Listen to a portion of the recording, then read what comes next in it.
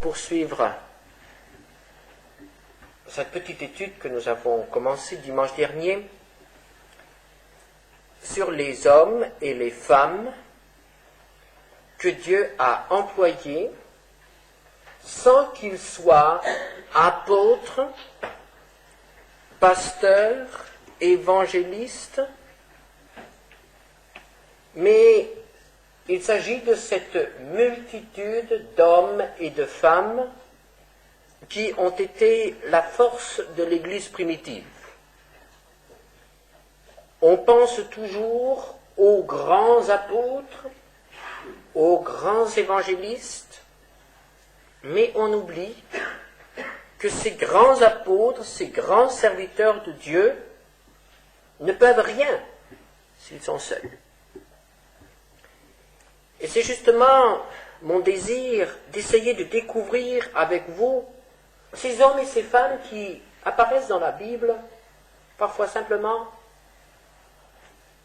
par quelques versets, et qui ont quand même joué un rôle parfois déterminant dans l'Église des premiers siècles.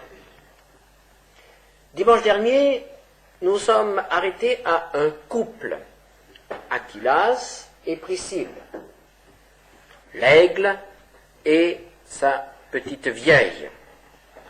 Et ce couple, c'était des artisans, ce couple a été disponible. Ils voyageaient beaucoup, parfois parce qu'ils étaient obligés, parce qu'on les chassait, et d'autres fois parce qu'ils accompagnaient l'apôtre Paul. Mais partout où ils s'établissaient, ils étaient au service du Seigneur, ils ouvraient leur maison, et nous avons au moins 2 occasions où il est dit que Aquilas et Priscille avaient une église dans leur maison. Bien, ce matin, je vous invite à faire connaissance avec un homme appelé Ananias. Nous trouvons son histoire dans Acte 9, versets 10 à 25. Acte 9, versets 10 à 25. Or, il y avait à Damas un disciple nommé Ananias. Le Seigneur lui dit dans une vision, « Ananias !» Il répondit, « Me voici, Seigneur. » Et le Seigneur lui dit, « Lève-toi, va dans la rue qu'on appelle à droite, et cherche dans la maison de Judas un nommé Saul de Tarse. Car il prie, et il a vu en vision un homme du nom d'Ananias qui entrait et qui lui imposait les mains, afin qu'il recouvrât la vue. » Ananias répondit, « Seigneur, j'ai appris de plusieurs personnes tout le mal que cet homme a fait à tes saints dans Jérusalem. Et il a ici des pouvoirs de la part des principaux sacrificateurs pour lier tous ceux qui invoquent ton nom. » Mais le Seigneur lui dit, « Va, car cet homme est un instrument que j'ai choisi pour porter mon nom devant les nations, devant les rois et devant les fils d'Israël. Et je lui montrerai tout ce qu'il doit souffrir pour mon nom. » Ananias sortit, et lorsqu'il fut arrivé dans la maison, il imposa les mains à Saul en disant, « Saul, mon frère, le Seigneur Jésus qui t'est apparu sur le chemin par lequel tu venais m'a envoyé pour que tu recouvres la vue et que tu sois rempli du Saint-Esprit. » Au même instant, il tomba de ses yeux comme des écailles, et il recouvra la vue. Il se leva et fut baptisé. Et après qu'il eut pris de la nourriture, les forces lui revinrent. Saul resta quelques jours avec les disciples qui étaient à Damas. Et aussitôt il prêcha dans les synagogues que Jésus est le Fils de Dieu. Tous ceux qui l'entendaient étaient dans l'étonnement et disaient, « N'est-ce pas celui qui persécutait à Jérusalem ceux qui invoquent ce nom? Et n'est-il pas venu ici pour les emmener liés devant les principaux sacrificateurs ?» Cependant Saul se fortifiait de plus en plus, et il confondait les Juifs qui habitaient Damas, démontrant que Jésus est le Christ. Au bout d'un certain temps, les Juifs se concertèrent pour le tuer, et leur complot parvint à la connaissance de Saul. On gardait les portes jour et nuit, afin de lui ôter la vie. Mais pendant une nuit, les disciples le prirent et le descendirent par la muraille dans une corbeille. Nous avons ici le récit fait par l'évangéliste Luc. Et nous avons dans Acte 22 le témoignage de l'apôtre Paul, le Saul dont il est question ici, qui raconte sa rencontre avec Ananias. Acte 22, versets 12 à 16. Or, un nommé Ananias, homme pieux selon la loi, et de qui tous les Juifs demeurant à Damas rendaient un bon témoignage, vint se présenter à moi et me dit, « Saul, mon frère, recouvre la vue. » Au même instant, je recouvrai la vue et je le regardai. Il dit, « Le Dieu de nos pères t'a destiné à connaître sa volonté, à voir le juste et à entendre les paroles de sa bouche, car tu lui serviras de témoin auprès de tous les hommes, des choses que tu as vues et entendues. Et maintenant, que tardes-tu? Lève-toi, sois baptisé et lavé de tes péchés, en invoquant le nom du Seigneur. » Ananias. Son nom signifie « L'Éternel est miséricordieux ». La Bible nous le présente comme un homme pieux. C'était d'abord un juif pieux. Acte 22, verset 12, homme pieux selon la loi. C'était un de ces hommes qui aimait le Seigneur, qui étudiait sa parole, qui attendait le Messie et qui un jour ont reçu le message du salut en Jésus-Christ. Ils ont reconnu en Jésus de Nazareth le Messie promis par les prophètes, annoncé par les prophètes, promis par Dieu, et ils l'ont accepté. En effet, nous lisons dans Acte 9, verset 10, « Il était un disciple ». Il s'agit donc d'un juif pieux devenu chrétien. Probablement qu'il habitait Damas depuis assez longtemps, il était peut-être même originaire de Damas. Que s'est-il passé lorsque ce juif pieux est devenu chrétien? Il a vécu sa foi de telle manière que ses amis, ses anciens amis juifs, n'ont pu lui faire aucun reproche. Acte 22, verset 12, « De qui tous les Juifs, demeurant à Damas, rendaient un bon témoignage. » Il se produit habituellement deux choses lorsqu'un homme devient chrétien. Parfois, il se trouve aussitôt entouré d'ennemis. Toutes ses relations sont rompues. Tout le monde se dresse contre lui. Parfois, au contraire, nous voyons son influence s'exercer sur son entourage et gagner dans cet entourage quelques-uns à sa nouvelle foi. Dans le cas d'Ananias, il est probable qu'il s'agissait de la deuxième position.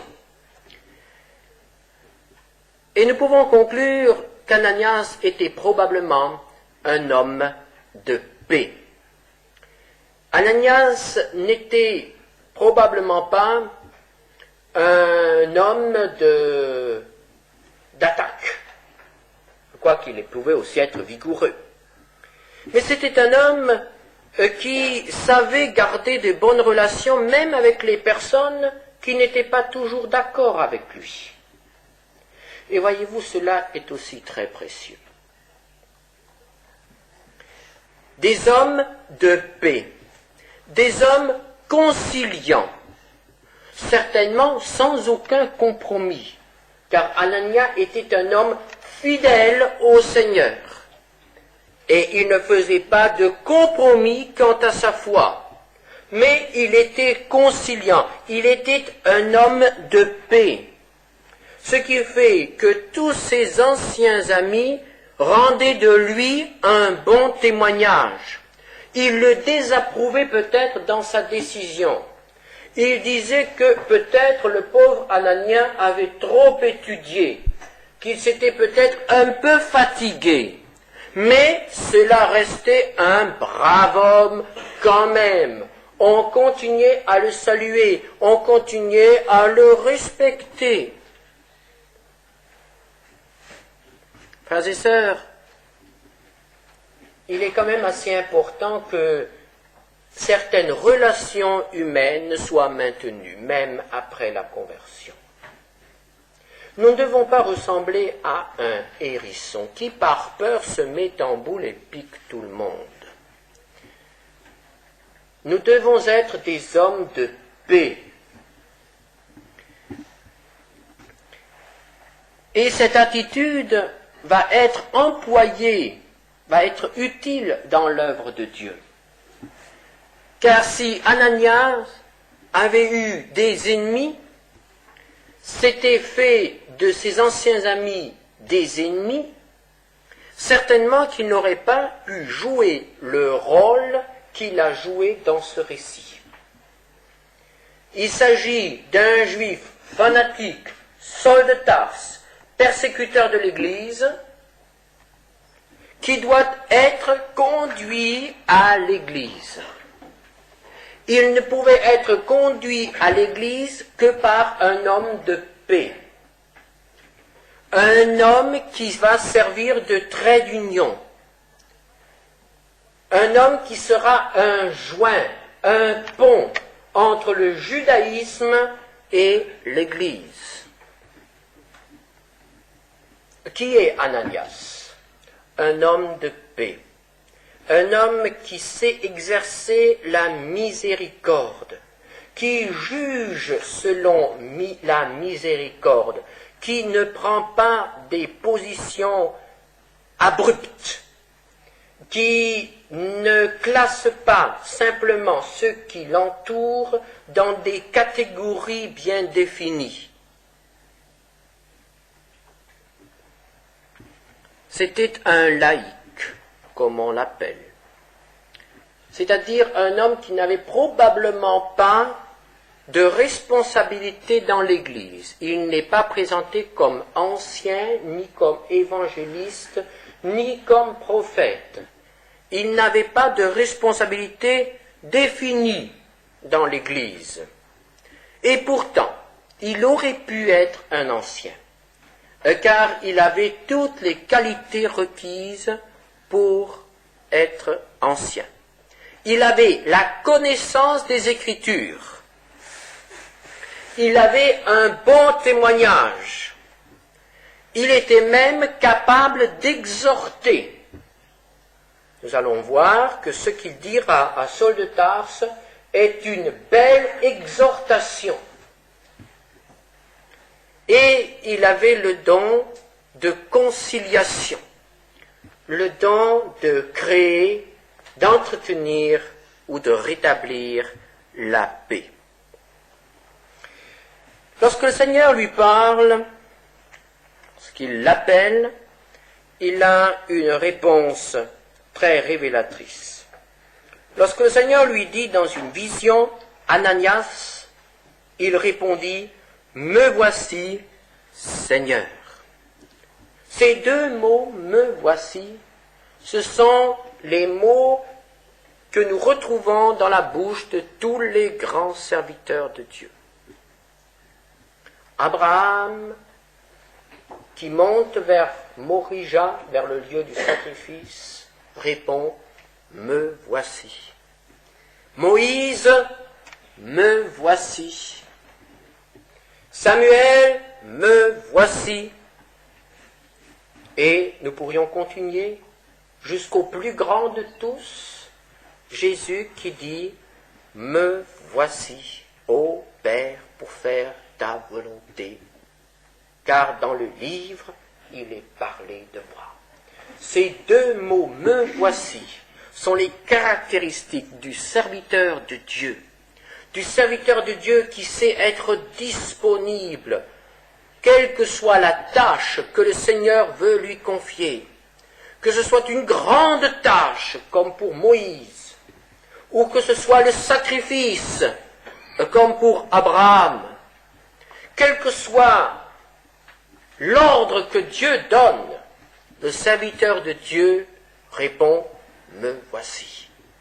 Et Ananias, par cette disponibilité, entre dans la catégorie des grands serviteurs de Dieu, qui sont prêts à faire n'importe quoi et à aller n'importe où pour le Seigneur.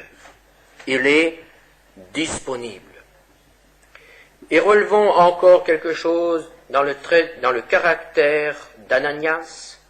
C'est un homme qui était disponible non seulement pour le Seigneur, mais qui était aussi ouvert pour les besoins de ses frères. En effet, il était au courant des souffrances de ses frères. À une époque où les moyens d'information n'étaient pas aussi perfectionnés qu'aujourd'hui, et où il fallait attendre parfois plusieurs années pour connaître une nouvelle, si elle était encore nouvelle après plusieurs années. À cette époque-là, chacun pouvait très bien se contenter de vivre dans son coin, dans son église, sans s'occuper de ce qui se passait ailleurs. Mais là, nous voyons qu'Ananias a entendu parler des persécutions à Jérusalem. Ananias a entendu parler des souffrances de ses frères en Judée. Et nous voyons qu'il ne pouvait pas rester insensible aux souffrances de ses frères. Il s'intéressait à ces choses. Frères et sœurs, est-ce que nous nous intéressons aux souffrances de nos frères? Aujourd'hui, par les moyens d'information, nous savons que des frères souffrent un peu partout dans le monde. Nous savons que des frères sont en prison en Russie. Nous savons que des frères sont torturés, mis à mort en Chine. Est-ce que nous en parlons au Seigneur? Ou bien est-ce que nous sommes préoccupés par nos propres souffrances, si nous pouvons parler de souffrance, par nos propres problèmes, par les mini-persécutions, je n'ose même pas parler de persécution, par les mini-oppositions que nous rencontrons autour de nous. Est-ce que nous leur donnons le mot de persécution? Oh, frères et sœurs, ayons cette vision, soyons disponibles pour les autres, pensons à ceux qui souffrent et apportons tout cela au Seigneur. Ce jour-là, le Seigneur avait un travail particulier pour son serviteur Ananias. Il lui dit simplement, « Lève-toi et cherche Saul de Tarse. » Va, cherche Saul de Tarse. Et Ananias savait qui était Saul de Tarse. Il en avait déjà parlé au Seigneur de ce Saul de Tarse qui allait venir à Damas et qui allait faire du mal à Damas comme il avait fait du mal à Jérusalem. Et voilà que le Seigneur lui dit, va, cherche Saul de Tarse. Et il continue, Saul de Tarse prie. Et il a vu un homme du nom d'Ananias. Et Ananias comprend vite de qui il s'agit. Il a vu un homme du nom d'Ananias qui entrait et qui lui imposait les mains afin qu'il recouvrât la vue. Cet ordre du Seigneur est à la fois précis et imprécis. Précis quant à Ananias, il n'y a pas de doute. Saul l'attend. Il est connu de Saul. il est peut-être le seul chrétien connu de Saul, par son don. Et c'est le Seigneur qui le lui a révélé. Alors pour Anania, il n'y a plus moyen de reculer. Et cet ordre est imprécis parce que Anania ne sait pas ce qui s'est passé. Il apprend seulement que Saul est devenu aveugle et Dieu est prêt à le guérir par le moyen de son serviteur Ananias. Et c'est Ananias qui doit aller et qui doit imposer les mains à cet homme pour qu'il soit guéri. Alors que ça rendrait bien service à l'Église s'il restait aveugle.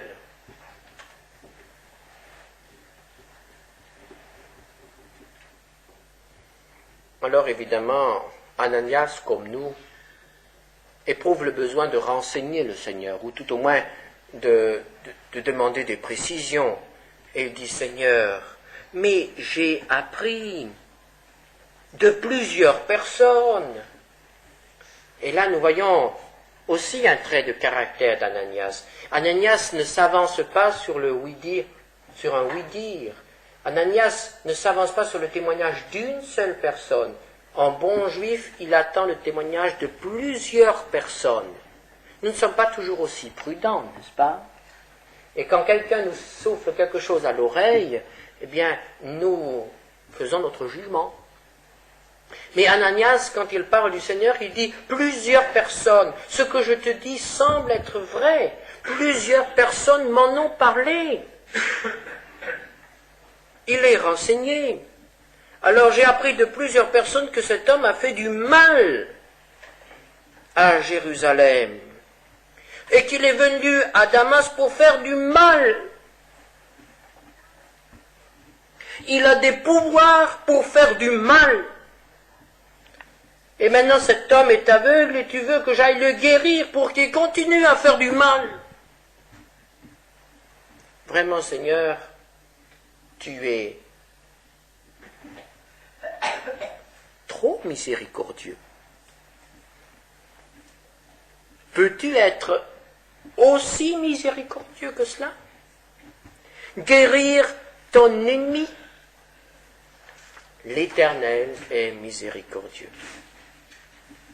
Et quelle sera la réponse du Seigneur? Va. À nouveau, cet ordre qu'il avait donné la première fois. Va, mais ne discute pas. Je te dis d'aller. Et alors il donne des précisions. Cet homme est un instrument que j'ai choisi pour porter mon nom devant les nations, devant les rois et devant les fils d'Israël. Et je lui montrerai tout ce qu'il doit souffrir pour mon nom. Maintenant, va, j'ai choisi cet homme. Ah, la souveraineté de Dieu, elle éclate ici. Dieu seul peut dire, j'ai choisi cet homme. Je l'ai pris, il est à moi maintenant. Il sera un instrument dans ma main. Frères et sœurs, il faut accepter cela, que Dieu choisisse ses serviteurs, même si nous ne comprenons pas. Et nous devons aller, et nous devons obéir. Va, il sera un instrument de choix, puisqu'il ira jusque devant les rois. C'est le côté glorieux. Et l'autre côté, je lui montrerai tout ce qu'il doit souffrir. Frères et sœurs, il est absolument impossible de séparer, de dissocier le ministère de la souffrance. Nous le verrons encore ce soir avec la deuxième épître aux Corinthiens. Dans tout ministère authentique, il y a de la souffrance. Et si nous avons peur de la souffrance, il ne faut pas commencer à servir.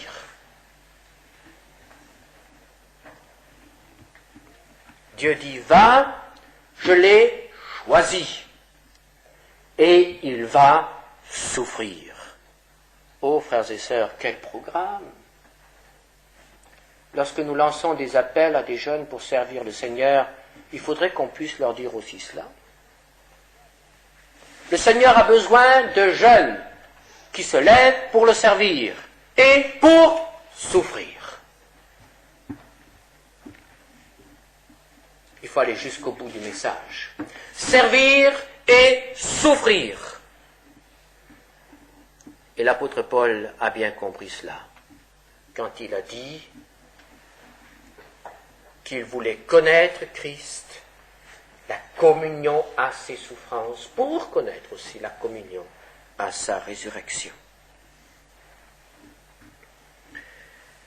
Cela suffit. Ananias est parti. Il a obéi, toute crainte est chassée. Il va être un ministre de la miséricorde de Dieu. Porteur de miséricorde, témoin de la miséricorde auprès d'un homme qui avait tant besoin de cela. Un homme brisé parce qu'il venait de s'apercevoir qu'il avait fait fausse route toute sa vie et qu'il avait lutté contre le Tout-Puissant. Et le voici maintenant chez Saul. Il lui impose les mains.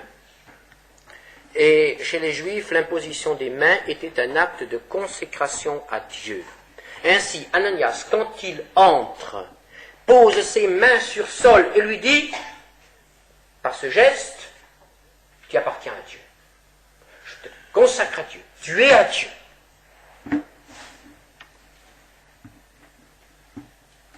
Les premières paroles qu'il lui dira seront « Saul, mon frère ».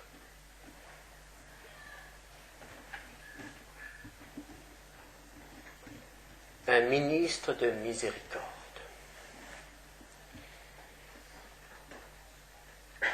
Quelle grâce il a fallu à Ananias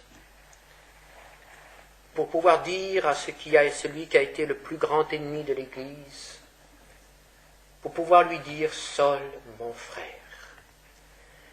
et lui dire de telle manière que Saul comprenne qu'Ananias l'aimait vraiment, et que pour Ananias, il était vraiment un frère. Et là, nous voyons qu'Ananias était un homme de paix, un homme de miséricorde, un homme qui savait faire le joint.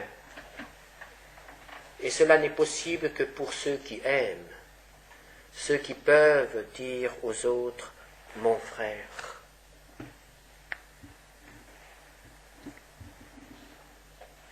Et Saul a été guéri. Et cette guérison, Saul ne l'oubliera jamais. Et l'apôtre Paul, quand il rend témoignage, donne un petit détail qui est saisissant. Dans Actes 22, verset 13. Et il se rappelle de ce Saul, mon frère. Il dit, il vint se présenter à moi et me dit, Saul, mon frère, recouvre la vue. Au même instant, je recouvrai la vue, et notez maintenant le petit détail, et je le regardai. Saul, qui était aveugle, regarde maintenant le visage de celui qui exerce le ministère de miséricorde envers lui, son frère Ananias. Et c'est certainement pour la première fois de sa vie qu'il a regardé un chrétien de cette manière-là. Des écailles étaient tombées de ses yeux. Il pouvait voir Ananias, un chrétien comme il ne l'avait encore jamais vu. Jusqu'à présent, quand il voyait un chrétien, il voyait un ennemi. Maintenant, il découvre un frère. Prions, frères et sœurs, pour les hommes qui ont des écailles. Je le regardais. Et ensuite, Ananias ne se laisse pas aller à des effusions. Ananias aime Saul Mais ce n'est pas le moment des grandes effusions. C'est le moment de l'obéissance. Et nous voyons là en Ananias quelque chose qui montre qu'il est quand même un homme énergique. Et il lui dit, versets 14 à 16, un très bref message. Le Dieu de nos pères t'a destiné à connaître sa volonté, à voir le juste et à entendre les paroles de sa bouche. Car tu lui serviras de témoin auprès de tous les hommes des choses que tu as vues et entendues. Et maintenant, que tardes-tu? Lève-toi, sois baptisé et lavé de tes péchés en invoquant le nom du Seigneur. C'est un message dont chaque parole va se graver dans le cœur de l'apôtre Paul. Il apprend par la bouche d'Ananias que Dieu l'a destiné à connaître Jésus. Et dans Galates 1, versets 15 à 16, l'apôtre Paul parle de ce choix du Seigneur. Et il dit qu'il a été prédestiné avant sa naissance pour être témoin de Christ. Oui, il sera témoin à partir de ce jour-là jusqu'à la fin.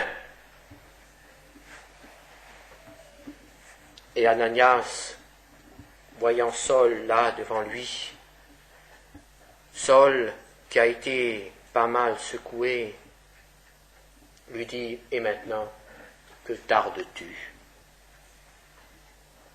Qu'est-ce que tu fais là, assis encore? Pourquoi perds-tu donc ton temps? Mais va, lève-toi et obéis. Et le premier acte d'obéissance ici, c'est le baptême. Que tardes-tu? Sois baptisé. Est-ce qu'il y a parmi nous des frères et sœurs ce matin qui tardent à prendre la décision du baptême? C'est une obéissance. Que tardes-tu? Lève-toi et sois baptisé. Si tu crois en Christ, si tu veux le servir, si tu es prêt à aller jusqu'au bout avec lui, lève-toi et sois baptisé. Montre-le par ce premier acte d'obéissance. Et Saul s'est fait baptiser. Et Saul est devenu un chrétien. Mais le travail d'Ananias n'est pas terminé.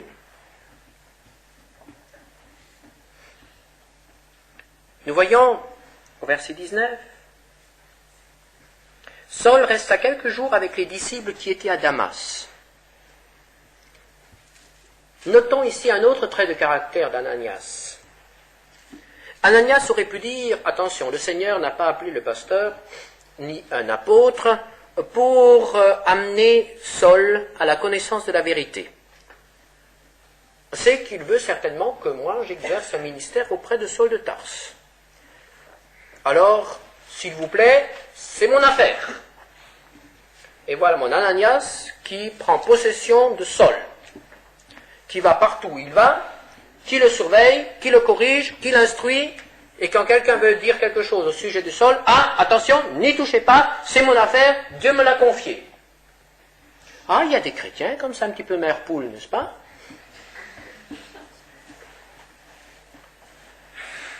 On les voit toujours accompagnés de leurs satellites. Disons de leurs prosélytes. Mais ça fait parfois l'effet de satellite.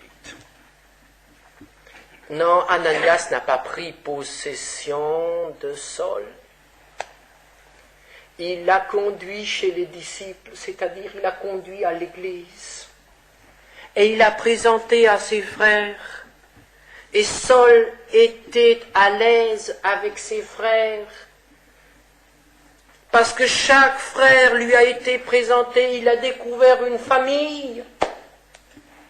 Oh, que c'est important cela. Aucun converti ne nous appartient. Ananias a bien compris, il n'était qu'un joint, qu'un trait d'union. Si Dieu l'a employé pour Saul, il l'a employé pour le conduire vers les frères, pour le conduire dans l'Église, le corps de Christ.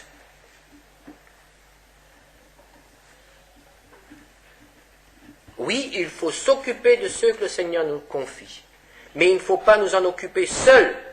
Il faut les intégrer dans l'Église locale. Et le grand problème souvent dans le travail de suite, c'est qu'il manque ces hommes qui font le travail de joint entre l'évangélisation, l'évangéliste et l'Église. Amener, intégrer, et probablement aussi qu'Ananias sera actif lorsqu'il s'agira de mettre Saul dans une corbeille une nuit et de le faire descendre la muraille pour lui sauver la vie. Et à part cela, Ananias disparaît. On n'a plus parlé d'Ananias. Et Saul n'en a plus parlé non plus, sauf à la grande occasion où il a rendu témoignage, en rappelant son nom. Un homme qui était prêt à faire un service spécial, un service particulier, à un moment particulier. Et ce service n'était pas peu de choses, puisqu'il a permis à Dieu de dégager son instrument de choix, l'apôtre Paul. Ananias, le témoin d'un Dieu qui fait miséricorde. Ananias, ministre de la miséricorde, homme de paix, homme joint, trait d'union entre ceux qui sont dehors et l'Église.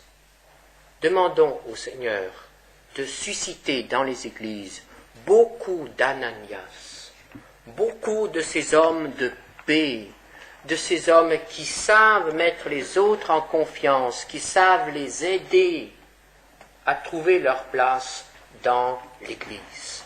Que le Seigneur nous accorde cette grâce. Amen. Alors, soyons très prudents avant de parler de persécution. Et s'il y a opposition, s'il y a persécution, demandons-nous si nous ne sommes pas en train de récolter ce que nous avons semé, ou bien si c'est vraiment la persécution dont parle la parole de Dieu. C'est-à-dire si vraiment le Saint-Esprit qui est en nous se manifeste si fortement par notre vie que ceux qui nous entourent sont mal à l'aise. Ils reconnaissent que nous sommes dans la vérité, ils reconnaissent que nous sommes dans la lumière, mais ils sont mal à l'aise par notre présence. Pas à cause de nous, mais à cause de l'Esprit de Dieu qui est là. La chair a persécuté l'esprit. Et le légalisme juif ou chrétien encore aujourd'hui, est contre la liberté évangélique, la liberté chrétienne. Alors nous ne devons pas nous étonner qu'il y ait de l'opposition, qu'il y ait de la difficulté. Et l'apôtre termine ce passage en disant « C'est pour la liberté que Christ nous a affranchis. Demeurez donc fermes et ne vous laissez pas mettre de nouveau sous le joug de la servitude. » C'est pour la liberté que Christ nous a affranchis. Frères et sœurs, je suis persuadé que nous ne connaissons pas toute la liberté que Christ a voulu nous donner. Nous connaissons une partie de cette liberté, mais pas toute la liberté. Le Saint-Esprit voudrait nous rendre libres. Il voudrait nous rendre foncièrement libres. Libres à l'égard du monde, libres à l'égard du qu'en dira-t-on, libres à l'égard de toutes les contingences matérielles, libres à l'égard de notre vieil homme, libre à l'égard de notre chair, libre à l'égard du péché, pas pour le faire, mais pour y résister, libre en face de Satan, à l'égard de Satan, pour lui résister. Nous sommes appelés à la liberté. Le chrétien est un homme, doit être un homme foncièrement libre. Jésus a dit, si le Fils vous affranchit, vous serez réellement libre. Et voyez-vous, cette liberté chrétienne, peu d'enfants de Dieu la réalisent, la vivent vraiment.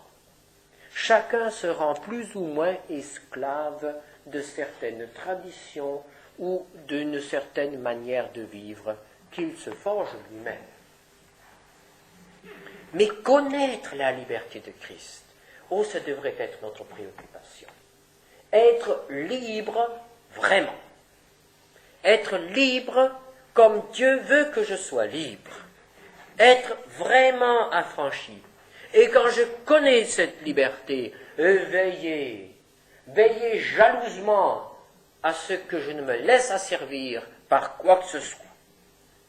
L'apôtre Paul connaissait cette liberté. C'était une expérience extraordinaire pour l'apôtre Paul d'être affranchi de la tutelle juive, de la tutelle du judaïsme. Quelle expérience! Et il est devenu un être nouveau, entièrement nouveau. Et l'apôtre Paul avait une crainte, que ses chers frères galates se laissent asservir, se laissent mettre tout à nouveau dans un système, dans une philosophie ou dans une religion qui allait leur ôter cette liberté pour laquelle Christ est mort. Est-ce que nous sommes vraiment libres? Ou est-ce que nous sommes encore esclaves de certains péchés, esclaves d'une certaine manière de penser, esclaves de l'opinion des autres, du qu'en dira-t-on, peut-être même d'un système religieux? Sommes-nous vraiment libres? Nous sentons-nous libres? Oh, si cela est, alors nous connaissons un grand privilège. Nous sommes vraiment fils de la promesse. Nous sommes vraiment ses héritiers, ses citoyens de la Jérusalem d'en haut. Et bien que le Seigneur nous accorde cette grâce.